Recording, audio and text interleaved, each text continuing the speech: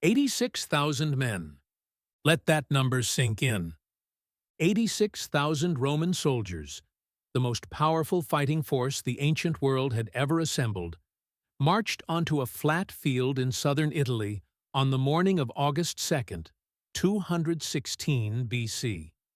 They were confident. They were disciplined. They were Rome. By sunset, 70,000 of them were dead. Not defeated, not retreating. Dead. Killed in a single afternoon by an army half their size, led by a Carthaginian general who had no navy, no supply line, no siege engines, and hadn't seen his home country in over 15 years.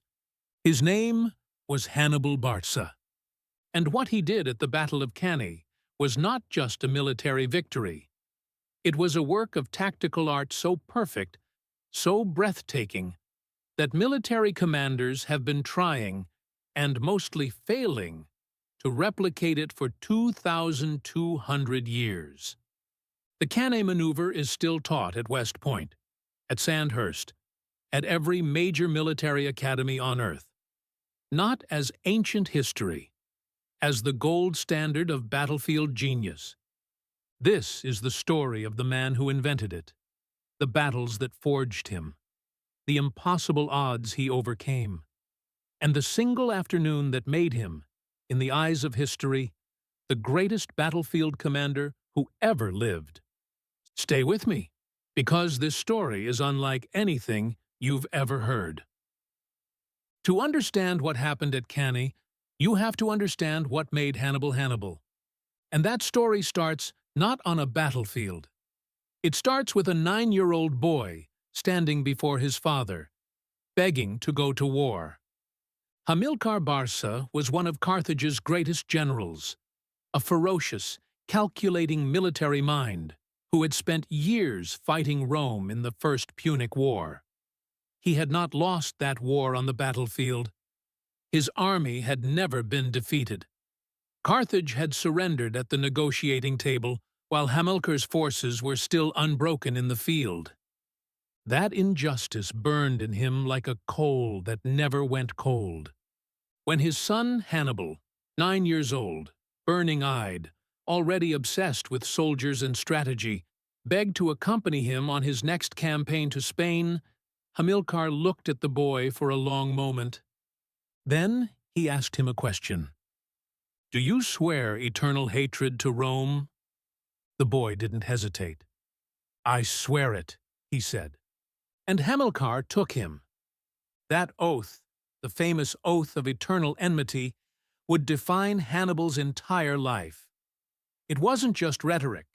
It wasn't just a father testing his son's courage.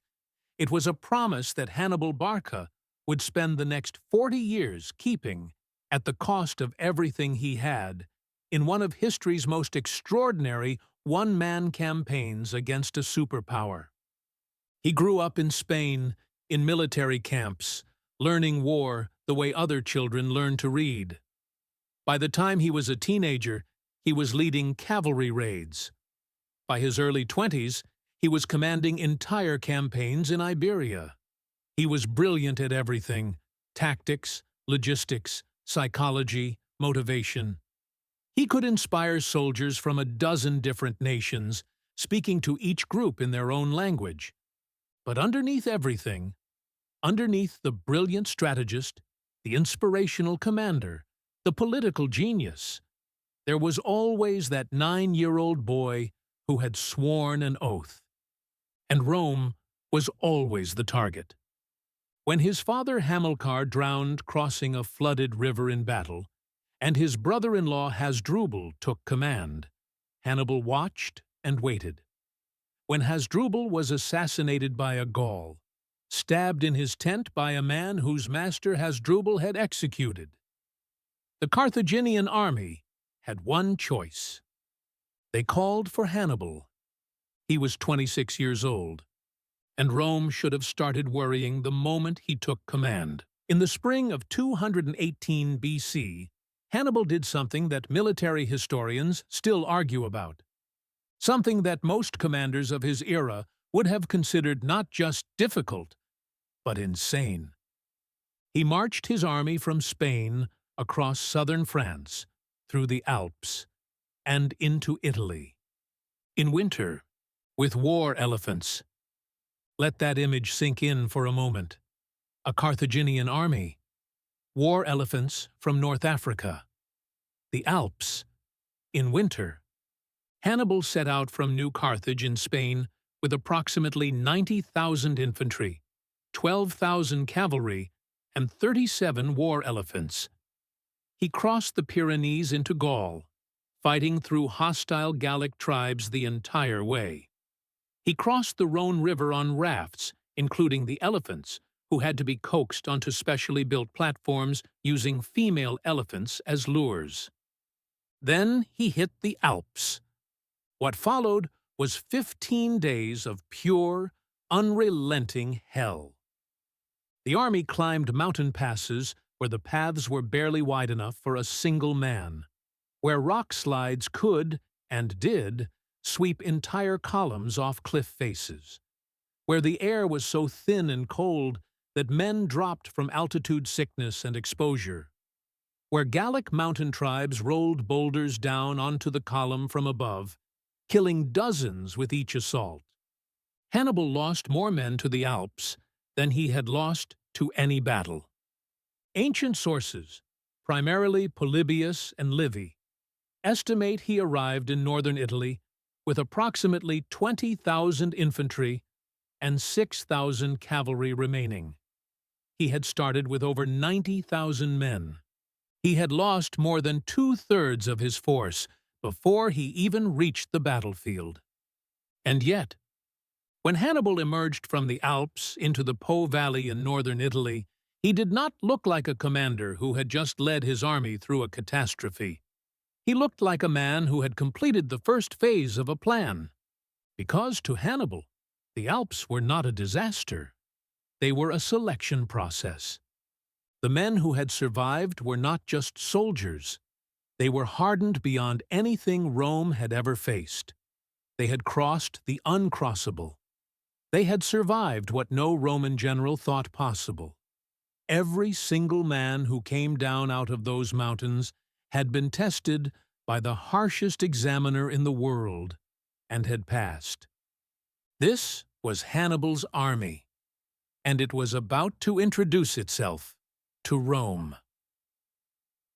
Rome's response to Hannibal's arrival in Italy was swift and confident. That was a mistake. At the Battle of the Trebia River in December of 218 BC, Hannibal pulled off his first masterpiece. He sent his Numidian cavalry across the freezing river before dawn to provoke the Roman consul Sempronius Longus. Sempronius, furious and eager for glory, did exactly what Hannibal needed him to do. He ordered his entire army to pursue. In winter, before breakfast, forcing his soldiers to wade through an icy river in the pre-dawn darkness. On the other side, Hannibal's full army waited in formation, fed, rested, and warm. The Romans crossed the river half-frozen, shaking with cold and hunger, and walked directly into an ambush. 20,000 Romans died. The rest fled. Rome was stunned. But Rome told itself it was one battle. An ambush. It wouldn't happen again. At Lake Trasimene in June of 217 BC, it happened again. And this time, it was on a scale that bordered on impossible. Hannibal had marched his army along the northern shore of Lake Trasimene. The road ran between the lake on one side and a line of forested hills on the other. A natural corridor with almost no room to maneuver. Hannibal hid his entire army, tens of thousands of men, in the fog-covered hills above the road. Then he sent a small visible force along the far end of the road, as bait. The Roman army, commanded by Consul Gaius Flaminius, marched into the corridor at dawn in thick fog, following the visible Carthaginian decoy at the far end, completely unaware that they were being swallowed by a trap. Hannibal's signal came. Tens of thousands of Carthaginians poured down from the hills simultaneously, attacking the entire length of the Roman column at once. The Romans had no room to form formations, no room to respond. They died where they stood, packed so tightly together that some were killed before they could even draw their swords. 15,000 Romans died in 45 minutes. Flaminius himself was killed. His body was never found. Rome was no longer stunned. Rome was terrified. But the worst was still coming. After Trasimene, Rome did something intelligent. They appointed a dictator, Quintus Fabius Maximus, who refused to fight Hannibal in open battle. Fabius understood something that every Roman general before him had refused to accept: that in a straight fight, Hannibal would win. So Fabius shadowed the Carthaginian army, cut off foraging parties, harassed supply lines, and simply refused to engage. It worked. Hannibal couldn't force a decisive battle. His army was deep in enemy territory, far from any supply base, unable to resupply through siege because he had no siege equipment. But the Romans hated it. They called Fabius Cunctator, the delayer. They mocked him. They accused him of cowardice. They said he was afraid of Hannibal. The Roman public, watching their farmlands be ravaged while their dictator refused to fight, demanded action. In 216 BC, Rome did something extraordinary. They raised the largest army in their history. 8 legions, 86,000 soldiers. The largest Roman force ever assembled in a single place. They gave command to 2 consuls, Lucius Aemilius Paulus and Gaius Terentius Varro, who would alternate command day by day. And they marched to find Hannibal. Hannibal had 50,000 men, roughly half the Roman force. His army was exhausted, undersupplied, and had been marching in enemy territory for 2 years. Many of his African infantry, the elite core of his force, were fighting with captured Roman weapons and armor because their own equipment had worn out. By every conventional measure of ancient warfare, this should not have been a contest. Hannibal found a wide, flat plain near the town of Cannae. He chose it deliberately. And then he laid out the most audacious trap in the history of warfare. The morning of August 2nd, 216 BC, the plain of Cannae, southeastern Italy. The sun came up over a flat, open landscape with almost no natural features, exactly what Rome wanted. No hiding places, no ambushes, no tricks, just 86,000 Roman soldiers against 50,000 Carthaginians in the open field. Rome's plan was brutally simple. Pack the infantry in the center so densely that sheer mass would punch straight through Hannibal's line. It had worked before. It would work again. Hannibal's plan was something else entirely. He arrayed his forces in a line, but instead of placing his best troops at the center, where the Roman hammer would fall, he placed them on the wings.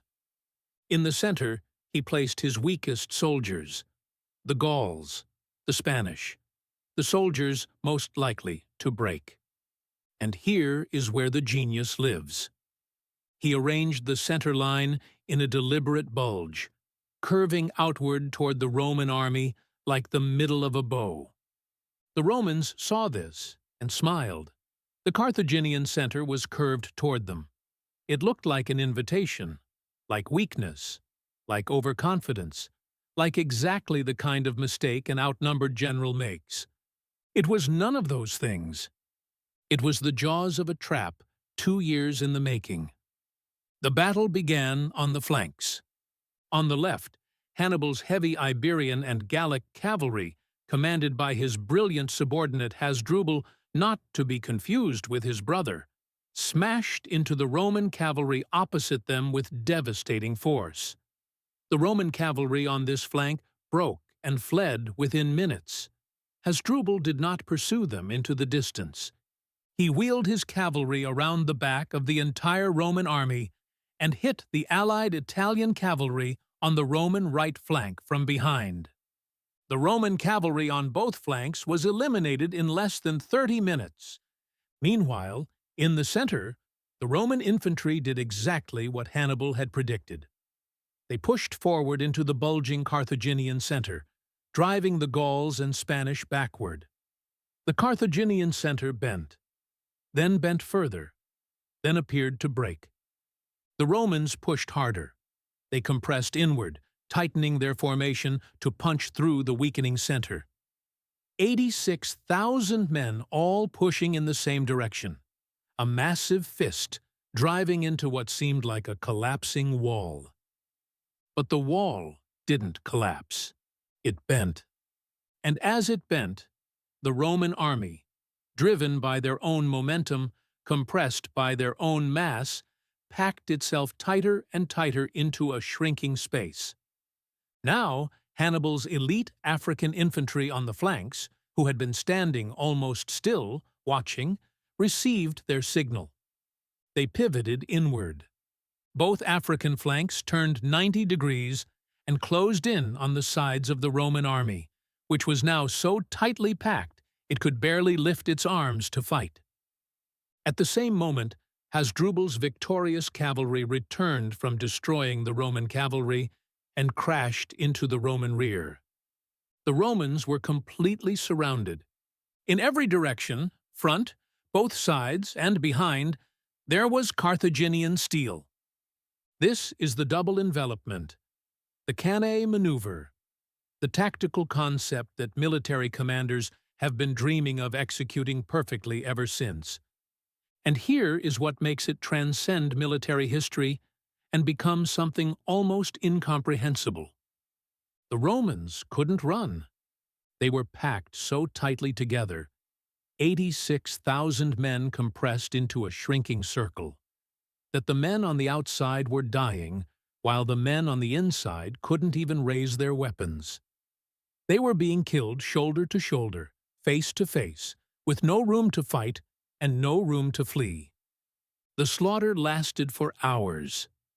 Ancient sources describe a killing field so dense that Carthaginian soldiers simply moved along the perimeter, cutting down men who couldn't move to defend themselves. When it was over, between 50,000 and 70,000 Romans lay dead on the plain of Cannae. Among them, the consul Aemilius Paulus, 80 senators who had been serving as officers, 2 quaestors, 21 of Rome's 24 military tribunes, and thousands of Rome's finest equestrian class. In one afternoon, Hannibal had killed more Romans than Rome had in an entire generation of war. The news reached Rome at night, and Rome, eternal, unconquerable city of marble and iron will, came as close to breaking as it ever had. Senators wept openly in the forum. Mothers stormed the gates demanding news of their sons. The city erupted in grief and terror. Some accounts say the screaming could be heard across Rome all through the night. 2 senior magistrates were sent out of the city the next morning to count the dead. They came back unable to speak. But Rome did not fall.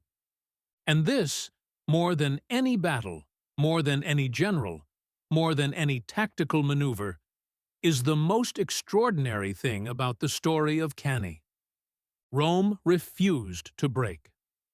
There were no negotiations, no peace envoys sent to Hannibal's camp. The Senate passed emergency measures. New legions were raised from slaves and boys barely old enough to hold a sword. The Latin allies, despite watching Rome's army be annihilated, mostly held firm. Maharbal, Hannibal's brilliant cavalry commander, reportedly came to him the morning after Cannae and urged immediate march on Rome. "You know how to win a victory," Maharbal said, "but you do not know how to use one." Hannibal did not march on Rome. The reasons are debated by historians to this day. No siege equipment. His army needed rest. Political considerations. Waiting for Carthage to send reinforcements that never came. Whatever the reason, that decision to not march on Rome in the days after Cannae is history's great what if. Because Rome used the time to recover, to rebuild, to remember who they were, and to begin the patient, grinding counterwar that would eventually, over 15 more years, drive Hannibal out of Italy without ever defeating him in the field. Here is the most astonishing fact about Hannibal Barca. In 15 years of campaigning in Italy, the heartland of the Roman Empire, surrounded by enemies, cut off from reinforcement, fighting on foreign soil, he never lost a battle. Not one. He won at Trebia. He won at Trasimene. He won at Cannae. He won at dozens of smaller engagements throughout the Italian peninsula. He marched his army to the gates of Rome itself, the famous march that sent the city into a panic, giving rise to the Latin phrase Hannibal ad portas. Hannibal is at the gates, which Romans used for centuries afterward to describe their deepest fears. He was finally recalled to Carthage in 203 BC to defend against a Roman invasion of North Africa. An invasion led by the one Roman general who had learned from watching Hannibal, Scipio Africanus. At the Battle of Zama in 202 BC, Scipio turned Hannibal's own tactics against him, and Carthage was defeated. It was the first and only time Hannibal lost a battle in his military career. He spent his remaining years in political exile, always hunted by Rome, always dangerous, advising enemy kings against his lifelong nemesis. When Rome finally caught up with him and demanded his surrender, he chose poison over captivity.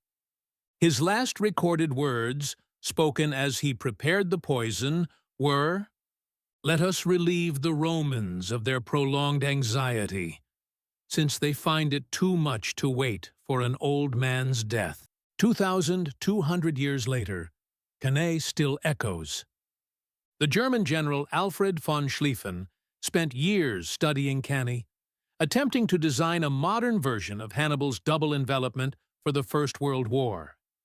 His plan, the Schlieffen Plan, was a direct tribute to what Hannibal did on that field in 216 BC. General Norman Schwarzkopf used a modified Cannae maneuver during Operation Desert Storm in 1991, swinging his forces around the flank of the Iraqi army in the famous left hook, 2,000 years after the original. Every military student who has ever drawn an arrow on a map showing forces curling around an enemy's flanks is, consciously or not, drawing from Hannibal's playbook. But what makes Cannae truly immortal is not the tactics. Tactics can be taught. Tactics can be copied. What cannot be copied is the mind that saw it. The mind that crossed the Alps in winter because no one expected it. That stood at Trebia and Trasimene and Trasimene and Cannae and read each battlefield perfectly, every single time. That fought the greatest military power the ancient world had produced in their own backyard for 15 years and never lost. He was not the lion who broke Rome. He was the fire that forged it.